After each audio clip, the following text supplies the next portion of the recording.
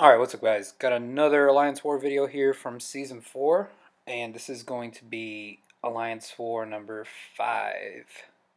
And in 4 Loki we were taking on H8FL8, and for this war I will be bringing the same team that I've actually brought the last, I don't know, I think 4 wars. So it's Void, Ghost, and Wasp just for the synergy she provides with Ghost. And I am going up the middle.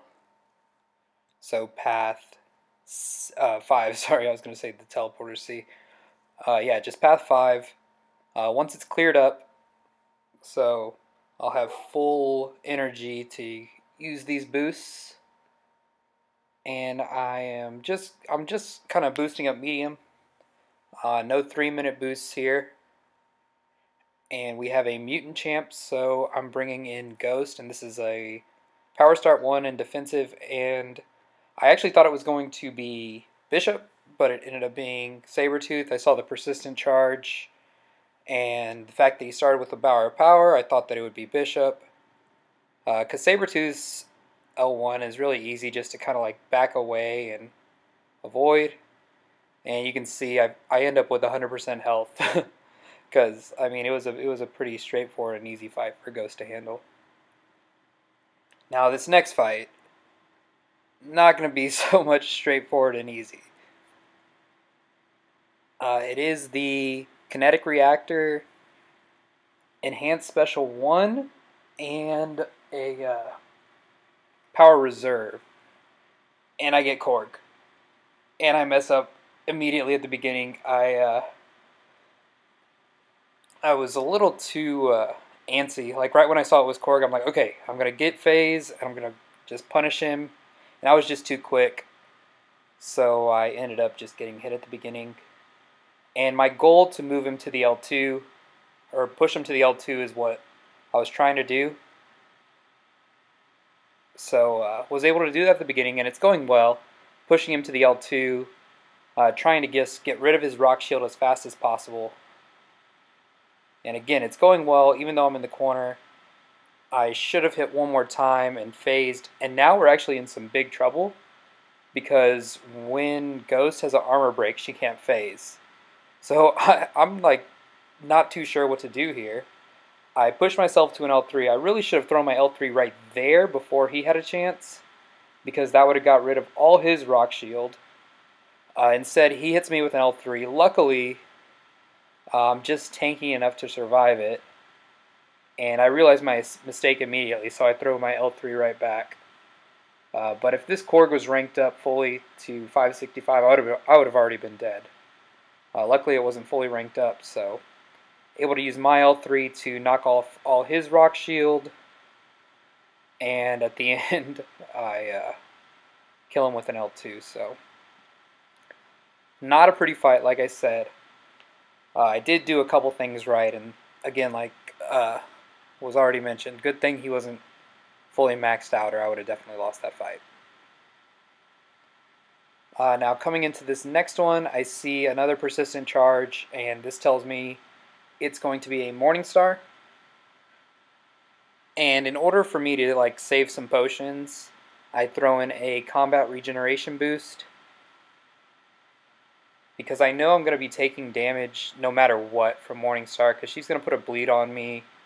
It's not going to be a fast fight, even though I feel like I have a good matchup using Void here. So a lot of the time I will have a bleed on me. But the fact remains, I still just want to play this pretty straightforward, like a Void fight. Put on the debuffs when I can. Try to force my Resonate to eat up the Masochism, and then place the debuffs on that way. But you can see I've had a bleed on me pretty much this entire fight, and needed that regen boost to kind of mitigate that a little bit. But either way, when you go into fights like this, it just kind of sucks. Because you know you're going to take damage, you know you're going to have to use potions, even if you play, you know, in the 90th percentile or above, even if you play really well. Just some of that stuff that you can't really prevent. And right here, kind of halfway through the fight, I was just trying to let my debuffs do a little bit of the damage while I didn't have bleed on. And as I see her going down, I just want to kind of end it as soon as possible. And luckily, I still end up with that fight, still with a good amount of health. Now, moving on to the middle, what do you expect we're going to have on node 29? It's Killmonger, again. And luckily, this one isn't as ranked up as some of the other ones we fought. This one's only rank 4, and I still have my combat regeneration boost. So I'm just going to let that one kind of serve as my 3-minute boost for this fight. I probably didn't need to throw in the extra potions because combat regen will be helping me out at the beginning. But I did it just to be safe.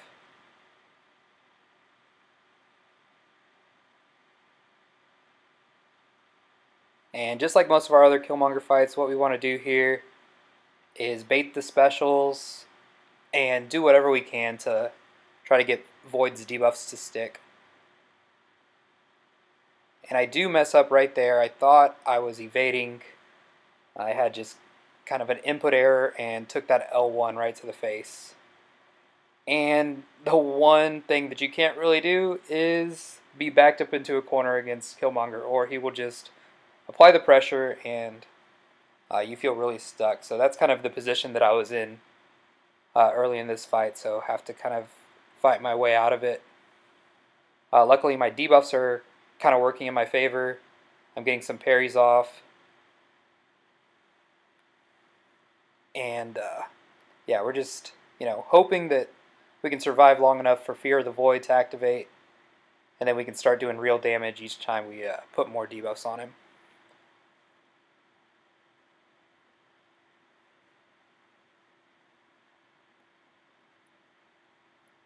But going pretty well, even though we're backed into the corner, can still fight out of it.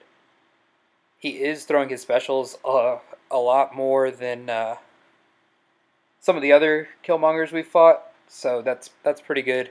And you can see here now we have Fear of the Void and a Petrify just popped up, so each time we parry, each time we apply more debuffs, he's going to take even more damage. So yeah, you saw that one did like 5,600. And that was just an automatic debuff that came up. Now that that's down, another regeneration that just hurts him. And yeah, we're going to be able to close out this fight thanks to that other Petrify again. So anyways, guys, we did finally get our first win of the season. So shoutouts to H8FL8 for being our kind of guinea pigs here. And hopefully it's a motivating factor for the rest of our Season 4. But anyways, thanks for watching. Catch you later. Peace.